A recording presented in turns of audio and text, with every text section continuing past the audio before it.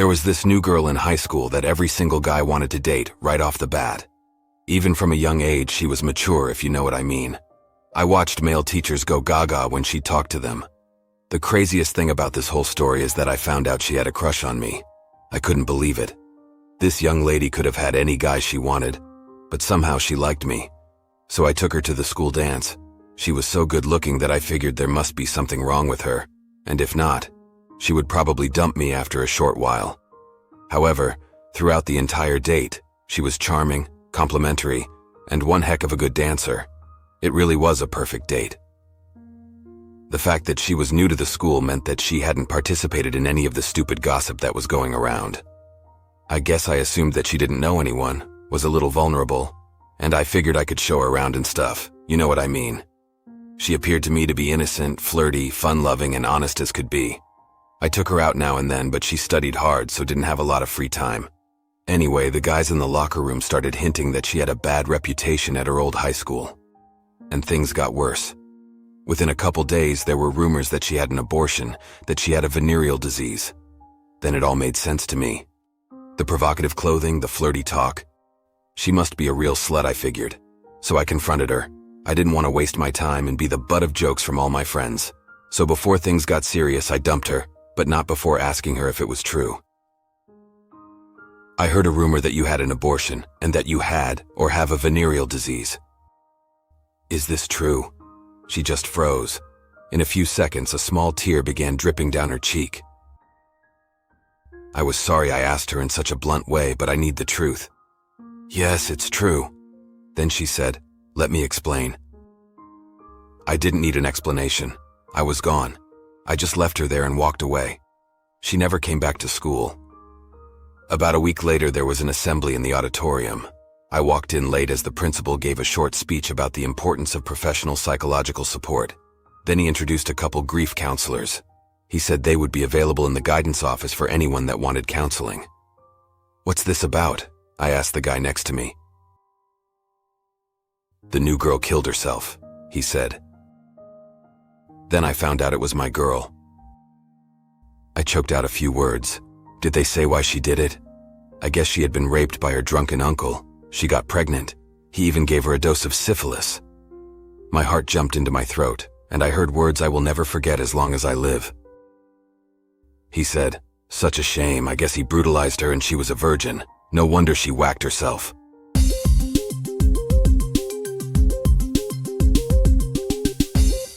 First off, I just want to express my heartfelt sorrow over that story, but this is why I am here. My passion is to make the complex world of psychology and mental health more approachable and understandable for everyone. So let's dive in. First of all, we have 3 speakers today. I may be the first to speak, but these guys are real gossip experts. Each of us will give our takes on what exactly gossip is and how it impacts our lives and relationships. Have you ever wondered why gossiping can feel so irresistible at times? Gossiping means we're talking about someone who isn't present. It's usually looked down upon and advised against because it can lead to hurting the person being discussed. You might think gossip is always malicious, but there are times we find ourselves speaking about others for reasons beyond putting them down. I'm here to share this, not to excuse or promote gossiping, as it can indeed be damaging to someone's mental and emotional health. Instead, my aim is to explore the reasons behind why we might engage in this behavior. So here are 8 common reasons we gossip. First up, breaking the ice. Ever found yourself in a situation where the only thing you had in common with a new acquaintance was someone else you both knew? Sometimes gossiping about a mutual acquaintance seems like an easy way to find common ground and get to know each other better. Next, staying in the loop. In small towns or close-knit communities where everyone knows each other, gossip can become a way to keep up with what's happening in people's lives, especially if the person in question is private and keeps to themselves. Then there's fitting in. If you're in a group that loves to gossip, you might find yourself joining in just to feel accepted. It's a tricky situation where the desire for social acceptance can sometimes outweigh our better judgment. Feeling better about ourselves is another reason. It might not be something we're proud to admit, but talking about others negatively can sometimes boost our own self-esteem. This is known as downward social comparison, where we feel better by comparing ourselves to those we perceive as worse off. Regaining power is another motive. If we're feeling jealous of someone's success or popularity, gossiping about them might make us feel like we're getting back some control or superiority. For a distraction, gossip can be an easy and entertaining way to pass the time, especially when we're bored or looking for some excitement.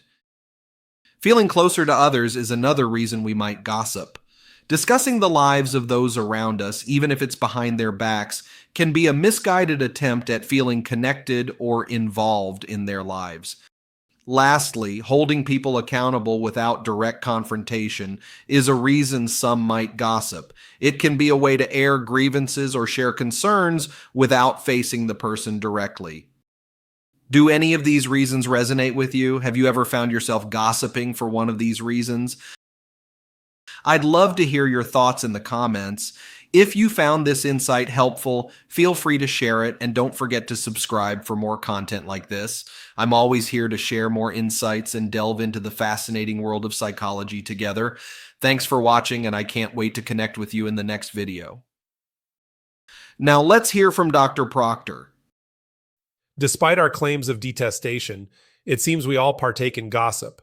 What draws us to it, and why do we then deny our involvement? Acknowledging our disdain for gossip indicates it conflicts with our moral compass, suggesting we wouldn't be so quick to deny it if it sat right with us. The ease of discussing others' lives on social media platforms has made gossiping an almost accepted practice. Reflecting on my younger years, during my 20s, I believed I had a knack for discerning people's true natures through their nonverbal cues and speech. My confidence grew as my judgments appeared to be validated. For instance, when two men visited our office, I instinctively distrusted one without knowing him based on his excessive boasting. I advised my brother against trusting him, and when their deal went bad, it seemed to confirm my suspicion. Years later, however, when the man returned with a solid proposal, my brother decided to trust concrete evidence over my skepticism. They eventually became not just business partners, but also close friends, illustrating that my initial instincts weren't always accurate. This experience taught me that true judgment often requires maturity and that first impressions can be misleading. Gossip stems from a sense of entitlement, reflecting more on our internal state than on those we discuss. Gossip involves talking about others in their absence, a habit we've all indulged in, though not always with malicious intent. Not all gossip is harmful, but spreading unfounded negative information without evidence is equivalent to lying, known as slander. Even true information can be harmful if shared without the subject's consent. Why do we engage in gossip? It often starts friendships with a shared dislike and becomes a tempting addition to conversations, offering a quick bond. Gossip is a natural human activity, distinguishing between sharing caring details about loved ones and overindulging in others' lives, which indicates deeper issues. Gossiping about others often reveals low self-esteem, seeking validation through others' misfortunes to feel superior.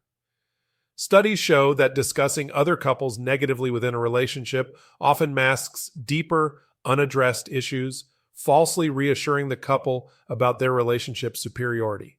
Research indicates that gossip can trigger serotonin and dopamine release, creating temporary happiness but leading to unhealthy dependencies. To resist the temptation of gossip, consider the motives behind sharing personal details. Sharing out of concern or seeking empathy is different from spreading information for self-validation or malice. Before sharing sensitive information, question your intentions and the potential impact on all involved, focusing on constructive and meaningful exchanges rather than harmful gossip. Embrace discussions about dreams, hobbies, and positive aspects of life, steering clear of negative gossip for personal growth and well-being. Adopt a personal guideline before discussing someone's life. Consider the necessity, potential impact on oneself if the roles were reversed, and whether there's something more positive or valuable to share. Choosing not to gossip involves discerning what information to share, with whom, and why, emphasizing the importance of withholding certain details. This reflection on gossip offers a chance for self-evaluation, hoping it prompts you to reconsider the implications of sharing personal details publicly, fostering a more thoughtful and positive communication culture.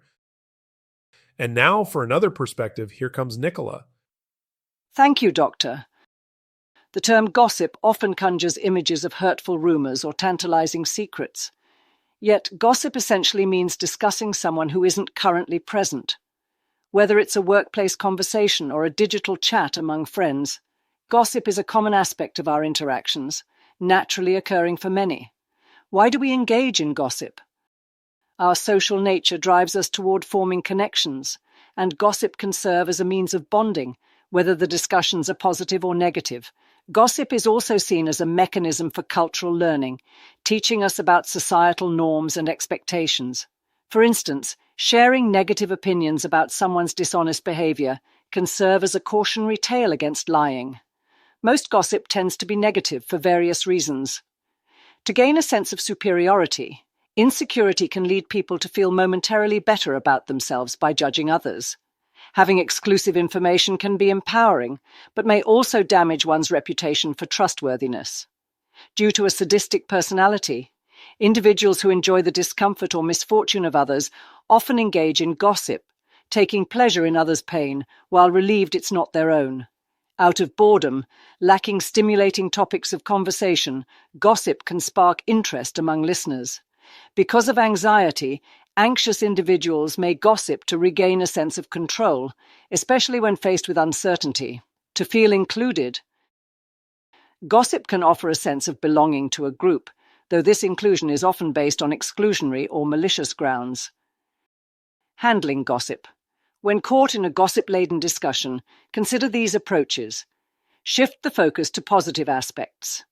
Changing the conversation to highlight positive traits about the person being discussed can alter the conversation's tone. Reflect on your reactions to gossip. If gossip makes you uncomfortable, it's best to steer clear of it. For those targeted by gossip, confront the gossiper. Addressing the person spreading rumors about you can make them aware of the consequences of their actions. Ignore the gossip. Sometimes it's less taxing to simply let it go, especially in environments where gossip is inevitable, like the workplace. Detach from the situation. Understanding that gossip reflects more on the gossiper than on you can help you distance yourself emotionally from the situation. Navigating the challenges of dealing with gossipers or being the subject of rumors is tough. While you can't control what others say, how you respond to gossip can help you maintain your composure and resilience. Now let's hear from some random Americans. Let's talk gossip. If we all said to people's faces what we say behind one another's backs, society would be impossible. Gossip is news running ahead of itself in a red satin dress. So live that you wouldn't be ashamed to sell the family parrot to the town gossip. Gossip isn't scandal, and it's not merely malicious. It's chatter about the human race by lovers of the same. If we knew what will be said about us when we are gone, we would have been gone a long time ago. Don't waste your time with explanations. People only hear what they want to hear. Great minds discuss ideas. Average minds discuss events. Small minds discuss people.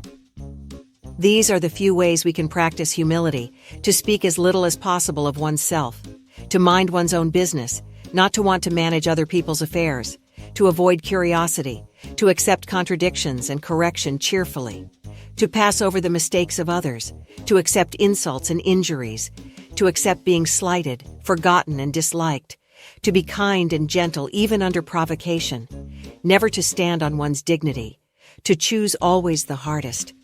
Mother Teresa, The Joy in Loving, a guide to daily living. Be less curious about people and more curious about ideas.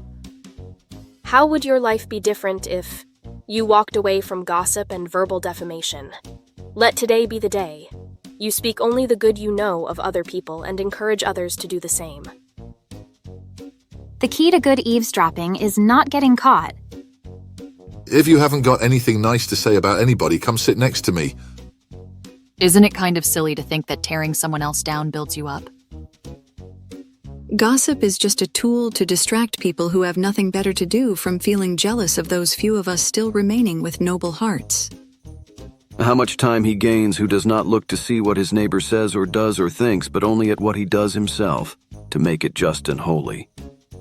It is always assumed by the empty-headed who chatter about themselves for want of something better that people who do not discuss their affairs openly must have something to hide. A rumor is a social cancer. It is difficult to contain and it rots the brains of the masses. However, the real danger is that so many people find rumors enjoyable. That part causes the infection.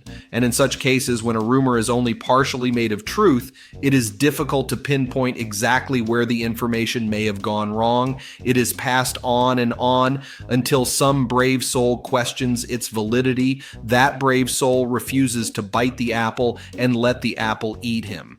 Forced to start from scratch for the sake of purity and truth, that brave soul, figuratively speaking, fully amputates the information in order to protect his personal judgment.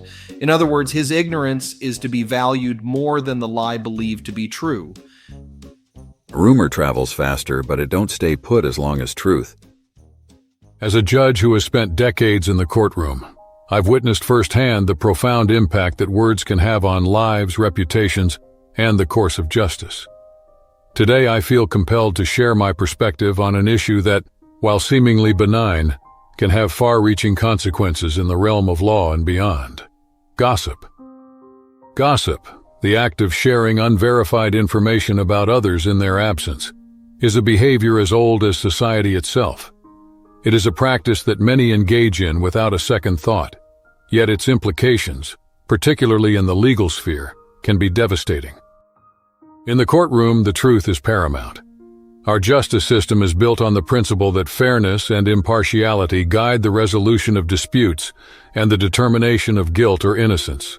However, gossip threatens the very foundation of this system. Unsubstantiated rumors about parties involved in legal proceedings can bias the perceptions of jurors, judges, and the public, potentially influencing outcomes in ways that are anything but just. The spread of gossip can tarnish reputations, destroying personal and professional lives in the process. Once a rumor is set in motion, it can be nearly impossible to retract, leaving individuals to fight against shadows to clear their names. In legal contexts, this can mean the difference between a fair trial and one skewed by prejudice and misconception.